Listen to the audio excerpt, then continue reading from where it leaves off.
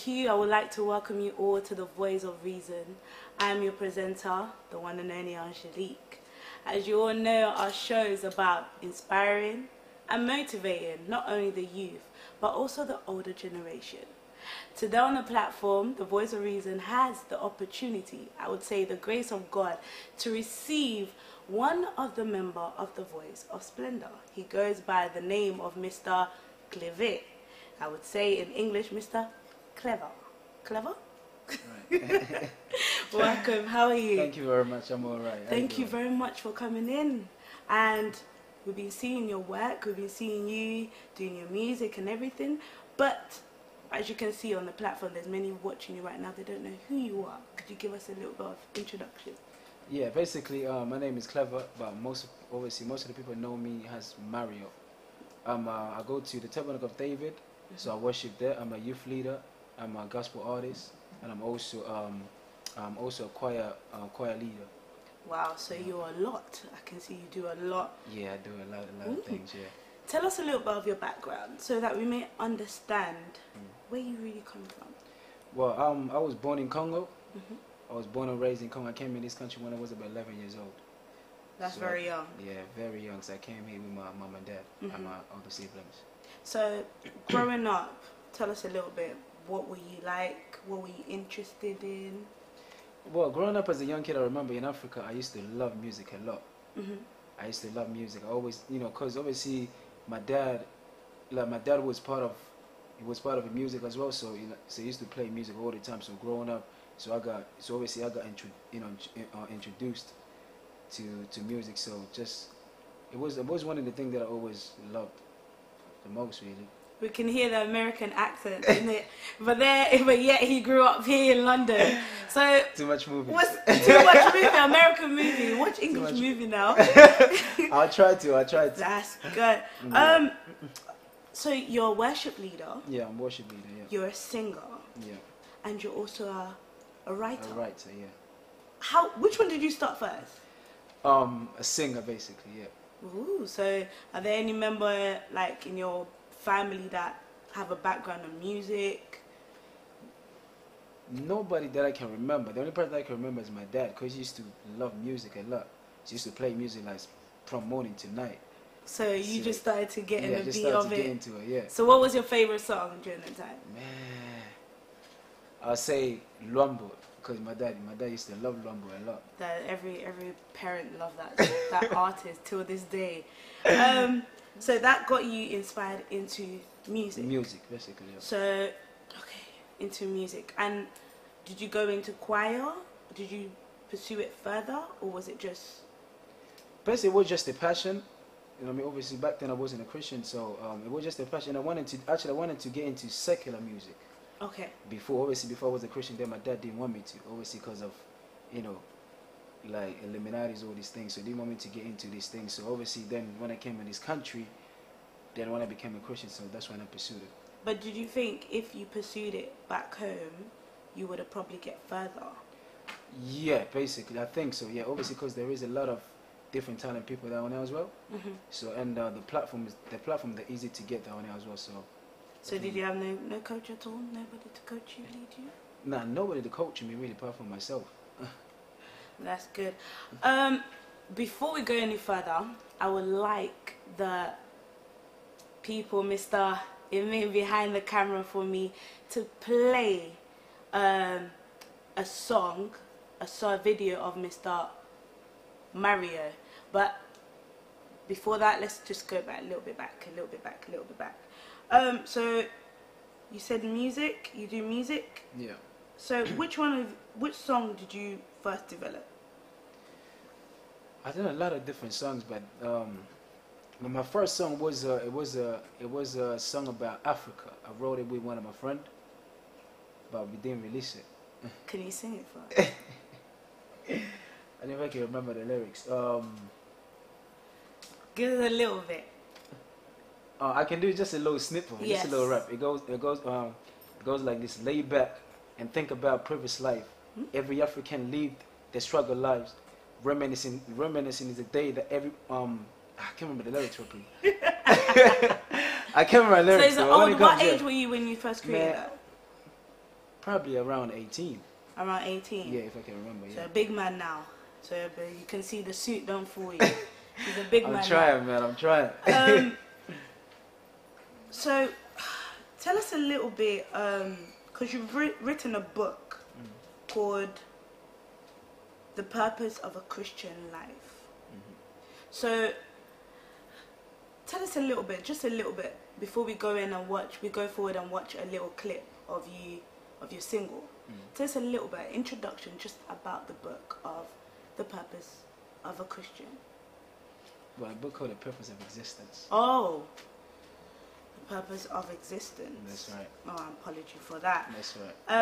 Tell us a little bit about the book. Well, the book technically is about me just struggling with a lot of different things in my mind, a lot of deceptions, a lot of basically just a lot of low self-esteem. So obviously during that time we're just struggling, trying to understand who I am. And I mean, and just always asking God a lot of questions and listening to a lot of different messages. So that's how the book came about. And the book is basically about like just me explaining how I grew up, the things that I struggled with, you know what I mean, and also trying to discover the existence of a humankind, why we are created, or why we're here, how we are made, what's the process of it, who made us, who is God. So that's what the book is about. Yeah. Wow. So we're gonna have a look at one of the video of Mr. Mario, and afterward we'll go further about his book. See you soon.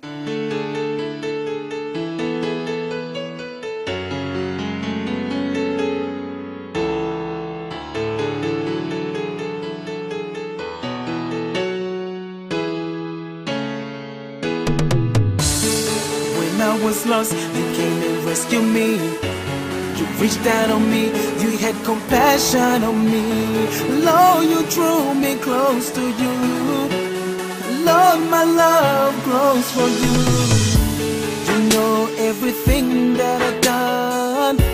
How can a sinful man deserve your love? But you came and captured me. But you came and set me free. There is a new song in my heart that I want to express to you, to say thank you, Lord, for you rescued me. When I was lost, Lord, you found me. When I was down, you picked me up. And you gave me the strength that I stand on higher ground as I worship you. Every day, every day,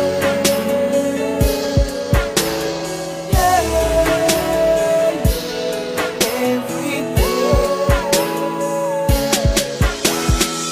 Now me and your family, when Jesus died for me, that I may receive you in your fullness, oh God. And now you're leading me as I pray on my knees to reach your kingdom in the heavens so low. There's so much peace in me, for you came and rescued me. Welcome back, guys, to The Voice of Reason. We are here today with Mr. Mario on the platform, also known as Mr. Claver. Earlier on, we were just getting a short introduction about him, of who he is and where he come from. And before we went on to watch one of his music video, we were just discussing a bit about his book that is coming soon. Hello, Mr. Mario. I'll call you Mr. Mario because I like the name Mario. So this video that you did, what year did it come out? 2013, as long as I can remember, yeah. What inspired you to write that song? Man, it was just I was going through some situation in my life where I just didn't wanna listen to anybody. I just wanted God to speak to me myself. So it was through the process. That's why I wrote the song. Yeah, that's why you can even hear in the chorus it said, "When I was lost, Lord, you found me. When I was down, you picked me up, and you gave me the strength to stand on higher ground." So because I was feeling so low during that time. So that's when I wrote it. Yeah. It seems like as you're talking about it, you're so passionate, and it seems like you've had let's say a tough journey So even your book, the introduction you gave, it was about finding yourself. Yeah. So the book is it about you, or is it about, what is it about? The book is about me, and about questioning a lot of different things, questioning the existence of God, questioning the existence of mankind, questioning the message of Jesus, questioning a lot of different things that obviously, you know, that I hear in our societies. Like, for example, things like revolution, all these things. Yeah. Okay. When writing this, what was your aim? My aim was to help the youth to discover the reason for the existence, to discover why they're here and what the power they have, the potential they got, you know, the power that God has given every single one of us, and you know, and a lot of things that we can do out of that. So that was my purpose. You're so passionate about God. If I can ask you, can you give us a little bit of just a little bit of testimony of where you came from, especially of like how you found yourself into questioning why you were created and finding yourself. How did it all start? Well, it started when I was a young kid. Obviously, growing up, I had a lot of friends, and obviously during the process, I had a lot of different people that, you know, that were just, cause I'm a smiley person, I'm a joyful person, so I love people. But sometimes, you know, when you love people, people don't really love you back. So then they start calling me a lot of different names. And it got to the point where one of my friends actually said to me that my mom should have given a birth to a dog instead of me. So obviously, growing up as a young kid, you know how words can eat you bad. So I grew up with that pain, growing up till about when I reached around 25. So it was, I was literally crying every single day. So you were trying to find yourself of who you are. Yeah. Because, you know, there's people that, you know, when they say finding themselves, some are just trying to find out their identity, and some is finding out their roots.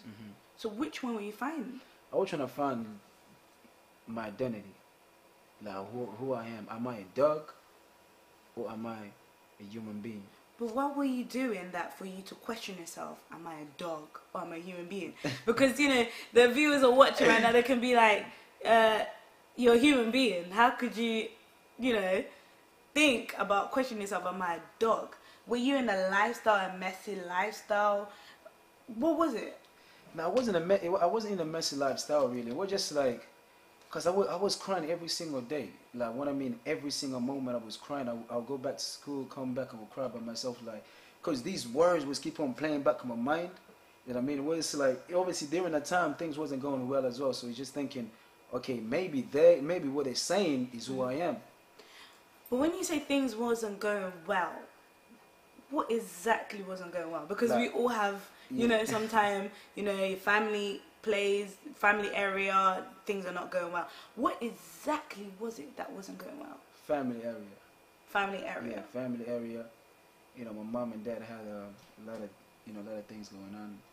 So obviously during that time, I'm a young kid trying to ask questions like, yeah, what's going on? And I mean, I used to ask myself questions like, why can we just be happy like any other family that I see on the street? And I mean, so all these things were just eating me up.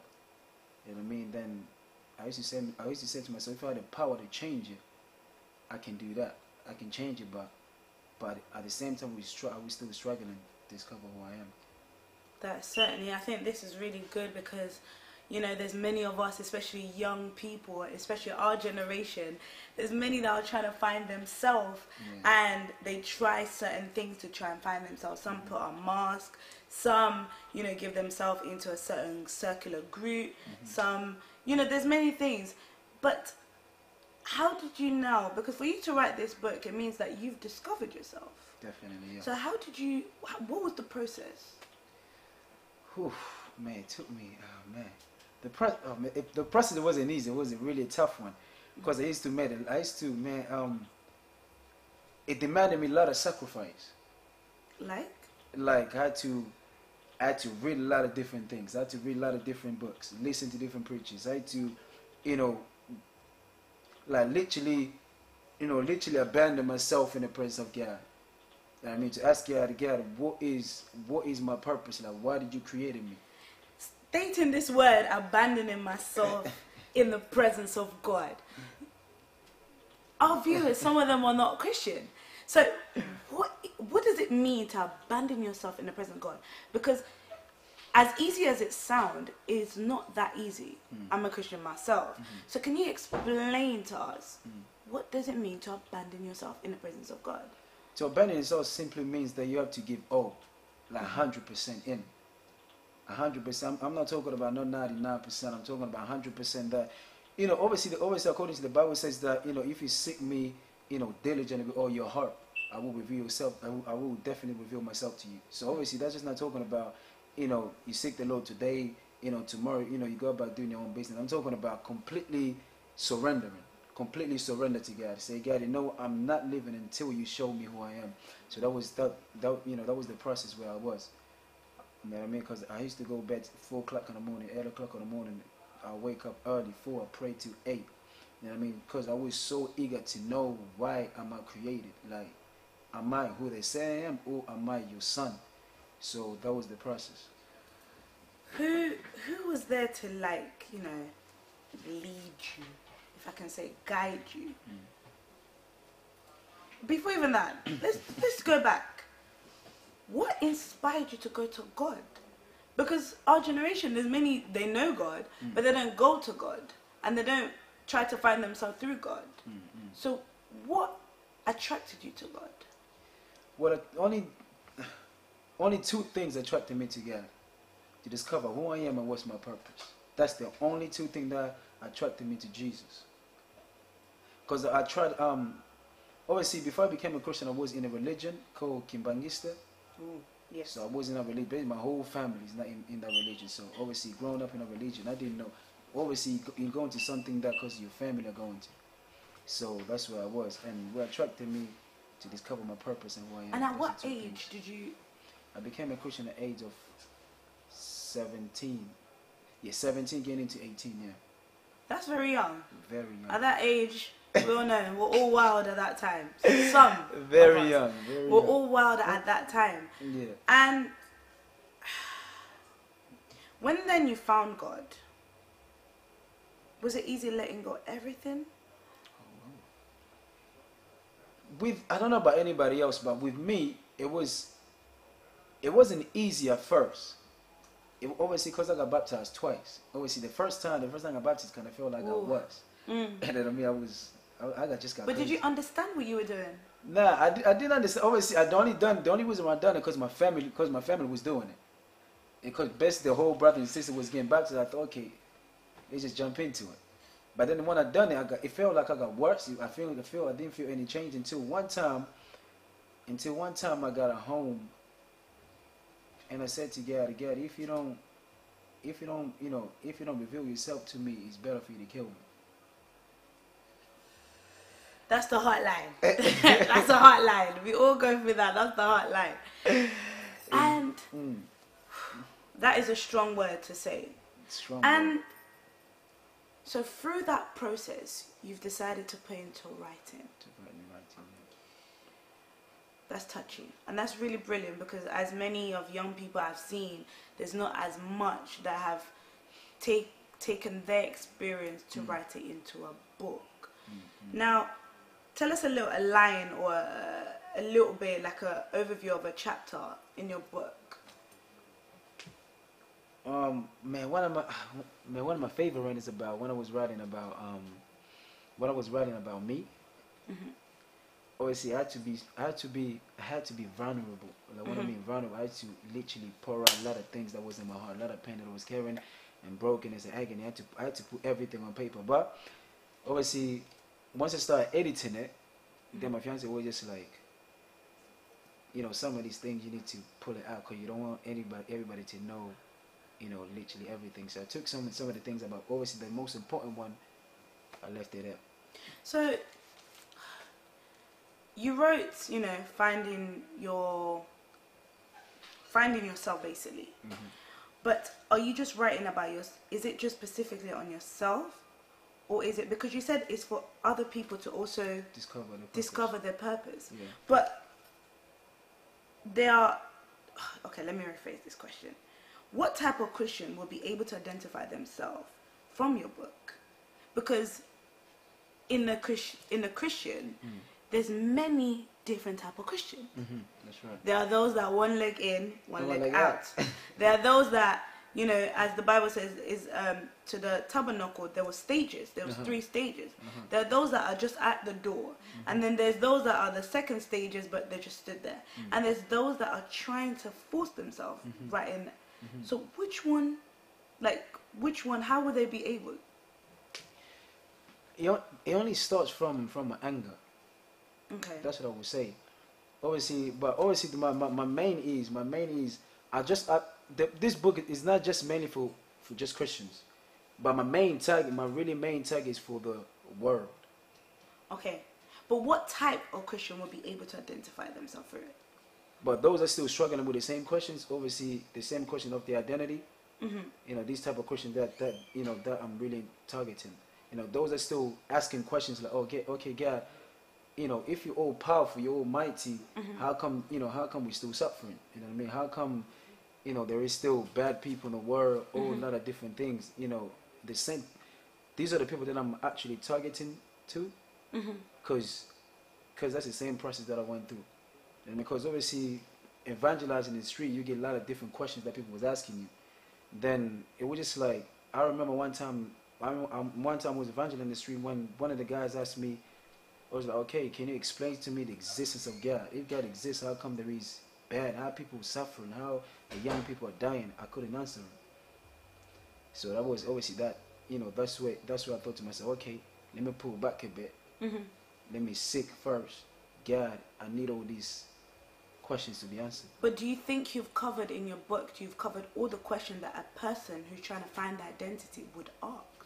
Definitely, yeah. What makes you reassured? Because let's you need to give us so that we can want more. Definitely. I cover a lot of questions, but obviously not just. I'm not talking about just basic questions. I'm talking about the most, like, I'm talking about the deepest questions. That's what I'm talking about. You know what I mean? Like, for example, like, there are a lot of questions now that they're questioning the Bible. They're thinking that the Bible is written by men. So these are the questions that I'm actually, that I actually tackle the most. Like these type of questions, like why man is created, why we here. Like I also talked about heaven and earth. You know what I mean? Because a lot of people are thinking now we're gonna be in heaven forever, but that's not technically true. But you've combined in now identity and heaven and earth. Yeah. So what inspired you to combine those two together? Because you could have just stayed in just finding your identity. Yeah. Because basically the reason why I combined it too, because this earth plays a major part in our lives, but we don't even know it. It plays a big part in our life because obviously this is the territory that God has given us. Yes. You know what I mean? So it plays a major part. We don't even have no idea, but obviously because we're too quick in going to heaven, so that's why we don't really think about it too much. Thank you for that. So when will the book be out? So for all of us to. The book should be out hopefully by next month. You know what I mean? I'm just trying to sort a couple of things at the moment, but definitely by next month it should completely be out. Yeah. And where will you be selling it so we can have heads up, and how much? I'll be selling it Amazon, iTunes, all the bookstores, all the major bookstores. So that's what I'm gonna be selling it. Yeah. That's very good. But a singer, a worshiper leader, an author. How do you combine the three together? It's not easy, man. It takes a lot of sacrifice. And how long did it take you to write that book? It must have taken you ages. It took me a year and a half. A year and a half? A year and a half. No support from anyone? No support from anybody. I locked myself in my room. It caused me a lot of problems, even in my relationship. It was just like I completely blanked everybody so I can get this thing done. So yeah, it took me at least a year and a half. Yeah. That's amazing. Let's now go back.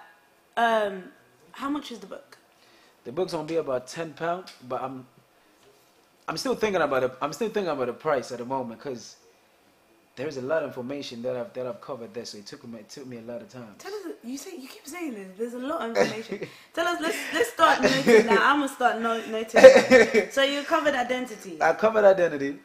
Heaven and earth. I covered heaven and earth. I covered the mess. Obviously, what was the message of Jesus? I covered the process of a human being, how we are created. and I also covered about the manufacturer, which is God, Okay. who he is, and how he operates. And that way you think the way you've categorized, that word is so hard to pronounce. The way you've structured it, yeah. Do you think that way will help a person actually to identify themselves? Yeah, definitely. That's another wise question. Yeah. Is it for them to identify themselves in Christ or for them to identify themselves in life?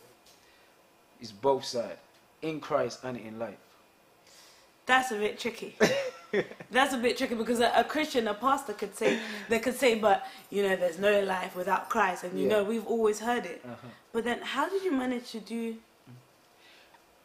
Obviously, because in life, obviously, the reason why I say in life, because obviously that it's like you might not even be a Christian, but you're still struggling with the same question. Okay.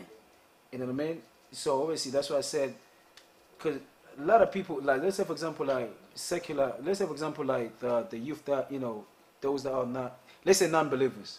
Okay. You know what I mean? Even though they're not Christian, but they're still struggling with the same questions that who am I? You know what I mean? But then if I were to ask you now, who are you? Right now, what would you say? I would definitely say I'm a son of God. What makes you a son of God? What makes it son of God? Because I'm mad. Because I've okay, here. Right, let's go. We need to mind now. Here is the what makes me a son of God, because I've discovered that I was already in heaven. I was already created before I was manifested in this planet. Well, back it up. Because obviously I read obviously the Bible says that Jesus is that big brother. He's the firstborn of God. Yes. So if it's our big brother, that means we were already born. So that means, but the only problem was we were in God. So we already existed before the foundation of the planet. I can't wait to get a hold of this book. I can't wait to get the hold of this book. So, what would you say to a person right now who's watching us and they're trying to find themselves? They're in that atmosphere of depression, of down, low self-esteem. Family is not well. Let's say probably family is well, but still don't know who they are. What would you say to them right now? They're watching you. What I would say to them is that obviously you have to, you have to really have an anger. Have an anger to discover yourself. Have an anger to ask a bunch of questions. Have an anger to know why, the reason why you're here. You know what I mean? And trying to discover your purpose. But what I would say is that trying to ask different questions to different people. If you're a Christian, ask your pastors questions. Ask anybody that you can ask. You know what I mean? Find a lot of different information. You have to read a lot. But most importantly, you have to go to the manufacturer of the human being, the person who created the whole thing. He knows the reason why. Because to discover the reason of a product, you don't go to people that sell it. You know what I mean? You have to go to the person who created it. He's the only person that will be able to tell you why this thing is created. So my number one thing I would say, you need to go back to the creator, which is God, and ask him the reason why you were created, and it will definitely reveal it to you. Thank you very much, Mr. Clovis. I feel so weird calling him this name. I was always calling you Claver. Claver, yeah, that's my real name. And then Clovis, Claver, Mario. He has all these names. We just throw every name at him. So how do people that are watching you right now get in contact with you? Well, you can either contact me on Facebook, which is Claver Lukoki. You know what I mean? So you would definitely get me there. Thank you. Yeah. Thank you so much to Mr. Mario to come on the platform, and I believe it's this show and this opportunity to have you on the platform has inspired others who are watching. Although time is not on our side, we could have gone deeper, but I think by them getting the opportunity to get hold of this book, I'm speaking to you who right now you're struggling to find your identity. You're in the church right now, you go to church every Sunday, but still you don't know who you are. You may be also in church, you have a gift, you sing, you play instruments, you are able to help, you have a role in the church, but you still don't know who you are. I would suggest to you right now, get hold of this book. I believe it's going to help somebody. It's going to inspire someone and change someone's life.